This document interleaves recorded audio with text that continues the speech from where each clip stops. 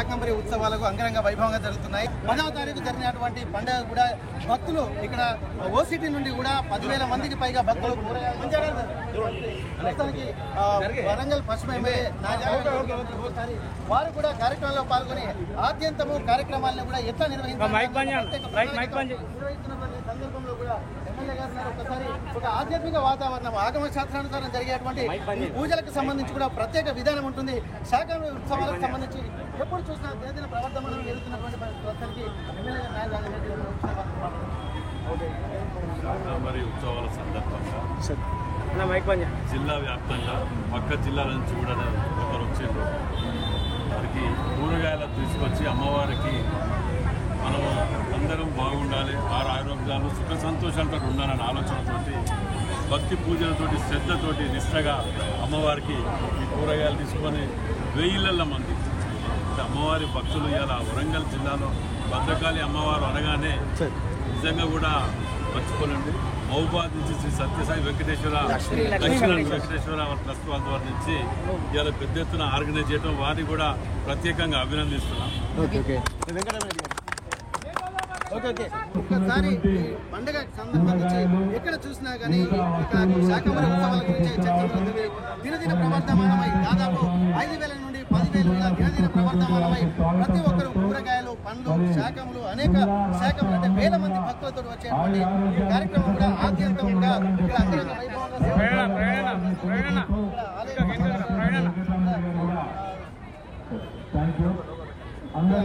Shri Lakshmi Venkateswara trust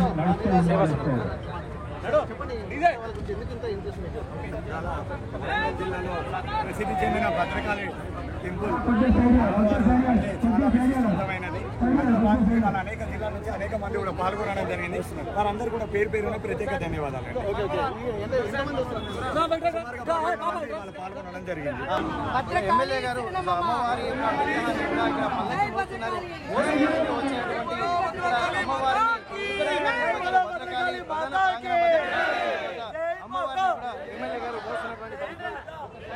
అమ్మవారి యొక్క ప్రాశస్త్యాన్ని కూడా ఈ వేణల్లా కొనియాడుతున్నటువంటి పరిస్థితి. ఎందుకంటే ఒకసారి అమ్మవారి మేడం ఎట్లా ఉంది వాతావరణం చూస్తుంది? శాకంబరి ఉత్సవాల సందర్భంగా అందరికీ పేరు పేరున నా హృదయపూర్వక నమస్కారాలండి. ఇప్పుడే అమ్మవారి దగ్గరికి వెళ్ళి మొక్కుకొని వచ్చిన ప్రపంచమంతా శాంతియుతంగా అందరూ సంతోషంగా ఉండాలని అమ్మవారికి హృదయపూర్వకంగా నమస్కరించుకొని వచ్చినండి. ధన్యవాదాలండి. ఇక్కడ మొత్తం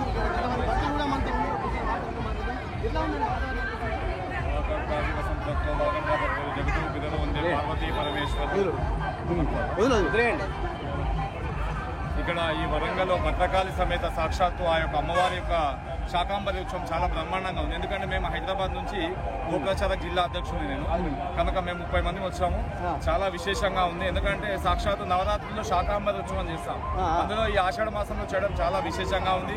అందులో ఒకటి 10,000 మంది 20,000 మందితో ఈ యొక్క ఉత్సవం చాలా బ్రహ్మాండంగా అనిపిస్తుంది. ఎందుకంటే ఒక్క దాటిగా అందరూ కూడా ఒక సంకల్పంతో అమ్మవారిని రకరకాల కూరగాయలతో అమ్మవారిని కీర్తించడం, సేవించడం చాలా విషయం. అందులో ఒకటి 4-5 కిలోమీటర్ల నుంచి అమ్మవారి నామస్మరాన్ని చేసుకుంటూ జై మాత జై భద్రకాళి అనుకుంటూ సాక్షాత్తు అమ్మవారిని చేసుకుంటూ అమ్మవారి సేవ చేసుకుంటూ రావడం చాలా విశేషంగా ఉంది. కనుక తప్పకుండా ఈ యొక్క వరంగలే కాదు చుట్టుపక్కల ప్రాంతాల్లో కూడా ఇలాంటి ఉత్సవాలు జరపాలని నేను ప్రతి సేవ కార్యక్రమాన్ని కోరుకుంటున్నాను.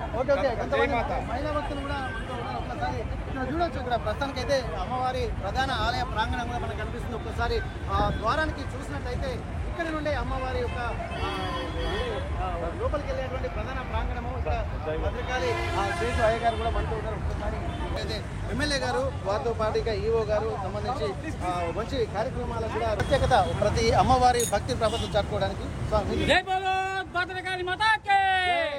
శరణమమ్మ శరణమమ్మ భద్రకాళి మాత శరణమమ్మ శరణమమ్మ భద్రకాళి మాత జై బోలో భద్రకాళి మాత హై శరణమమ్మ శరణమమ్మ భద్రకాళి మాత జై బోలో భద్రకాళి మాత భద్రకాళి మాత హై జై బోలో భద్రకాళి మాత శరణమమ్మ శరణమమ్మ భద్రకాళి మాత శరణమమ్మ శరణమమ్మ భద్రకాళి మాత జై బోలో భద్రకాళి మాత. ఈరోజు అంగరంగ వైభవంగా మహబూబాబాద్ ప్రాంతంలోని లక్ష్మీ వెంకటేశ్వర ట్రస్ట్ నవీన్ గారి ఆధ్వర్యంలో వేలాది మంది మహిళా భక్తులు సుదూర ప్రాంతాల నుండి మహబూబాబాద్, వరంగల్, సూర్యాపేట, నల్గొండ అనేక ప్రాంతాల నుండి ఇక్కడికి విచ్చేసి వారి శక్తి కొద్దీ శాకాంబరి ఉత్సవాలలో భాగంగా కూరగాయలను తీసుకొని రావడం, అమ్మవారికి సమర్పించడం జరుగుతుంది. జై బోలో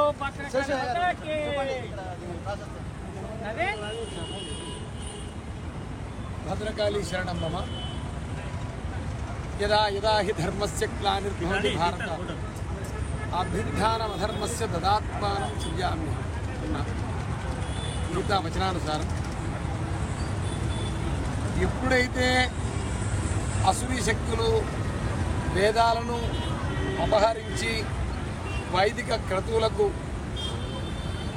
భంగం కలిగించిందో, అధర్మాభ్యుత్థానం పాపం అనేది సంక్రమించి కరువు విలయ తాండవం చేస్తున్న సందర్భంలో మునులంతా అమ్మవారిని ప్రార్థించడం వల్ల అమ్మవారు ప్రసన్నమైంది.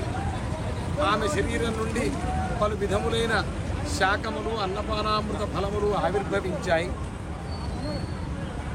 ఆమె కళ్ళ నుండి కురిసిన జలధారలు భూమండలంలోని సమస్తమైన సముద్రాలు, నదీనదాలు, హ్రదాలు, సరస్సులు అన్నీ జలమయమైపోయాయి. అప్పుడు ఆమెను శాకంభరి అని వేదాలు కీర్తించాయి. శాకంభరీం స్తువం ధ్యాయం జపం సంపూజయన్నవలు అక్షయ్యమశ్రుదే శీఘ్రం అన్న పానామృతం ఫలం. ఈ శాకంభరిని ఎవరైతే ఆరాధిస్తారో, జపిస్తారో, స్తుతిస్తారో వాళ్లకు అన్నపానామృత ఫలములు అక్షయ్యంగా సంప్రాప్తమవుతాయి. గ్రీష్మ ఋతువు, నాట్లు జరిగి విత్తులు విత్తే కాలం, అతివృష్టి అనావృష్టుల వల్ల పంటలకు నష్టం వాటిల్లకుండా పంటలకు రక్షణ జరిగి, సస్య రక్షణ జరిగి, సకల సస్యాభివృద్ధితో దేశం, లోకం సుభిక్షం కావాలి అన్న సంకల్పంతో ఈ అమ్మవారికి శాకంభరి ఉత్సవాలు చేయడం. ఈ శాకంభరి శాకములతో అమ్మవారికి శాకంభరిగా అలంకరించడం. ఎందుకు అంటే ఆ అమ్మవారి నుండి ఆవిర్భవించిన శాకములను దర్శించడం వల్ల జ్వరం అనేది, ముసలితనం అనేది రాదట. అందుకోసం ఆ అమ్మవారు చెప్పిన ఆ అమ్మవారి యొక్క వచనాన్ని, శాస్త్ర వచనాన్ని పురస్కరించుకొని శాకములతో అమ్మవారికి శాకంభరి అలంకారంగా గత కొన్నేళ్లుగా జరపబడుతూ ఉన్నది. ప్రజలందరూ సుఖ సంతోషాలతో వర్ధిల్లుతున్నారు. ఈ సంవత్సరం తెలంగాణ రాష్ట్రం నలుమూలల నుంచి మహబూబాబాద్ వారి లక్ష్మీ వెంకటేశ్వర ట్రస్ట్ వారి ఆధ్వర్యంలో నారీమణులు 10,000 మంది అమ్మవారికి శాఖలను సమర్పిస్తూ ఉన్నారు. ఈరోజు ఈ శాఖములంతా దేవాలయం మొత్తం అలంకరింపబడుతుంది. ఓకే, ఎప్పుడు అలంకరిస్తారండి ఇవన్నీ? పౌర్ణమి నాడు. ప్రజానాం అధిపతి సోమ. సమస్తమైన ఔషధులకు అధిపతి ఎవరు అంటే చంద్రుడు కాబట్టి, పౌర్ణమికి అధిదేవత చంద్రుడు కాబట్టి, అమ్మవారు ఉండేది చంద్రమండలంలో కాబట్టి ఆ పౌర్ణమి నాడు అమ్మవారికి ఈ శాకములు అలంకరిస్తారు. ఓకే, ధన్యవాదాలు స్వామి, ఎంత చక్కగా చెప్పారు. ఎందుకంటే శాకంబరి ఉత్సవాలు అంటే ధర్మానికి ఎప్పుడైనా గ్లాని జరిగినా కానీ, ప్రజలు ఆకలితో అలమటించినా కానీ అప్పుడు భగవంతుడు తానే ఏదో రూపంలో ఉద్భవిస్తాడని చెప్పి గీతాసారంలో చెప్పిన విధంగానే ఇక్కడ జరుగుతుందని చెప్పి అంటున్నారు. భద్రకాళి అమ్మవారి శాకంబరి ఉత్సవాలు దర్శించినంత మాత్రాన వారు ముసలితనం, వృద్ధాప్యం రాకుండా, అన్నపానాదులకు లోటు లేకుండా అనేకమైన విధములుగా అమ్మవారు ఆశీర్వదిస్తారని చెప్పి అంటున్నారు. ప్రస్తుతానికైతే చాలా మంది భక్తులు మనతో ఉన్నారు. చెప్పండి, ఇప్పటివరకు అయితే శాకంబరి ఉత్సవాలు అంటే ఒక ప్రత్యేకంగా ఉంటుంది. అమ్మవారు చూస్తుంటేనే కళ్ళు నిండినట్ల, కళ్ళు కొంత ఆనందంతో తన్మయత్వం చెందుతూ ఉంటాయి. అట్లాంటి ఇంత మంచి ఉత్సవాలు కూడా చూస్తుంటే అమ్మవారిని దర్శించుకుని ఇంకా చాలా అద్భుతంగా ఉంటుంది. మీకు ఎట్లా అనిపిస్తుంది? జై శ్రీరామ్ అండి. శ్రీ లక్ష్మీ వెంకటేశ్వర సేవా ట్రస్ట్ వైస్ ప్రెసిడెంట్ సుజాతని.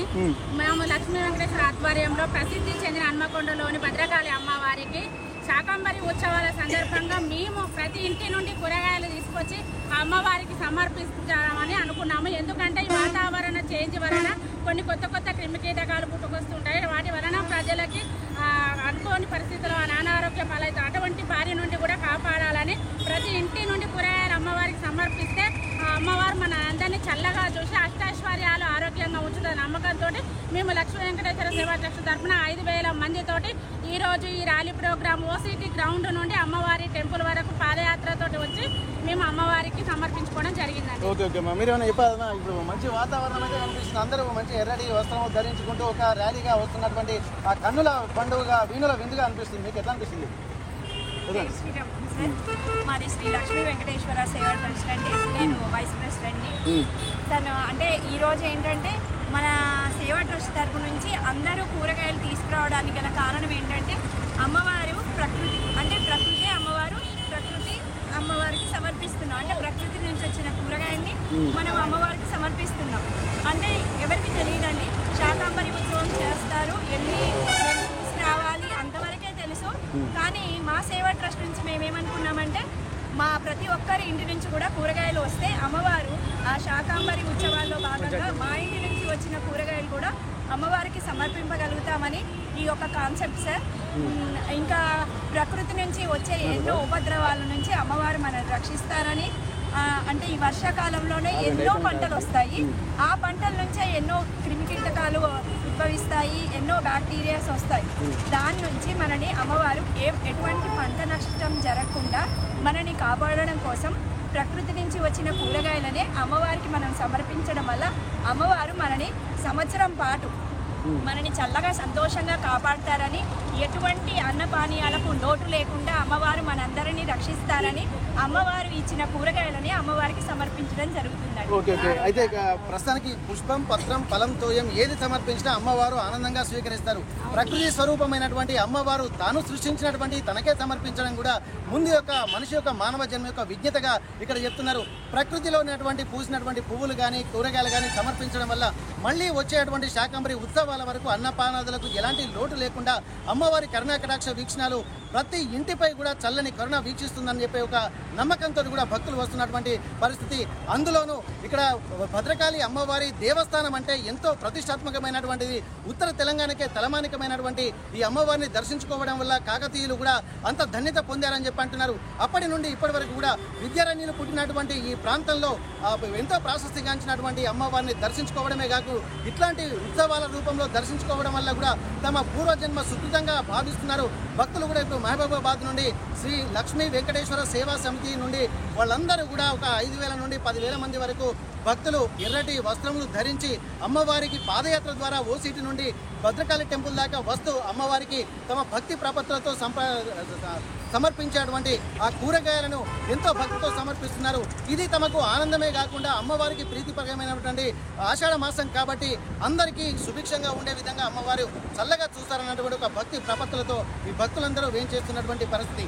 భద్రకాళి అమ్మవారి దేవాలయం నుండి తిమ్మరపత్రం వంశీతో వెంకటరత్నం, RTV, వరంగల్.